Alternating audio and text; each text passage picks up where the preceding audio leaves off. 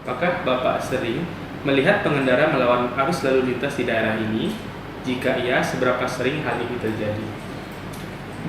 Sungguh sangat sering saya melihatnya, karena rumah saya kan di depan, persis banget di sebelah jalan.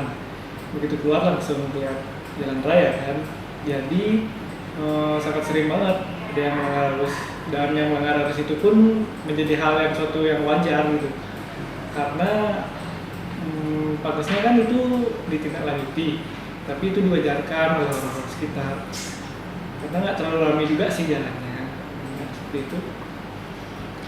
Apakah Anda menganggapnya sebagai ancaman keselamatan atau bahkan Anda pernah menyaksikan kecelakaan atau insiden yang disebabkan oleh pengendara yang melawan arus? Tentu saja. Walaupun itu bukan arus yang padat di jalan bawah itu, tapi tetap saja yang namanya melanggar arus kan ya. Kadang-kadang sih ada yang dengan kecepatan tinggi atau gimana, bahaya juga sih buat kita yang diam di daerah sana kayak gitu.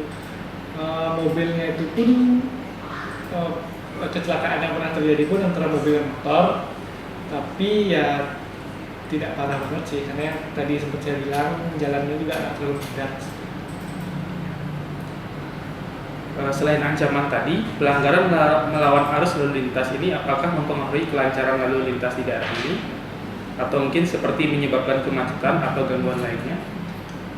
Nggak selalu sih, kadang-kadang aja, tergantung kayak misalkan jam kerja, jam anak sekolah kayak gitu, itu kemungkinan lumayan macet. Tapi yang seperti yang saya bilang tadi lagi, arus lalu lintas di jalan ini tidak lumayan padat sih gitu. Apakah Anda berpikir bahwa tindakan pencegahan atau penegakan hukum yang lebih ketat diperlukan untuk mengatasi masalah pelanggaran ini? Perlu sih, agar lalu lintas kembali tidak terjadi yang kecelakaan. Tapi kembali lagi sih ke kesadaran diri kita masing-masing.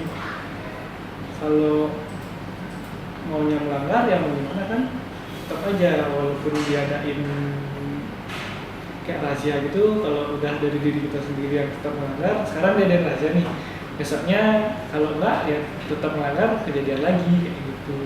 Jadi mulai dari diri kita sendiri sih, tapi perlu juga sih diadainnya kayak razia atau gimana itu, biar lebih mendisiplinkan orang-orang yang melanggar tersebut.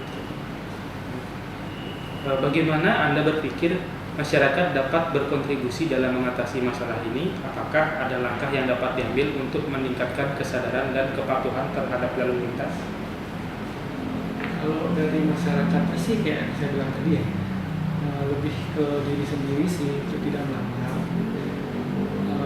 Bisa juga dari oknum yang terkait yang melakukan tindakan kayak yang berwenang itu, kayak melakukan razia atau penyuluhan kembali, pemasangan rambu mungkin yang lebih jelas untuk agar pengendara tidak melanggar arus kayak seperti itulah. Setidaknya ya sebulan mungkin ada sekali mungkin penyuluhan atau diadakan razia seperti itu.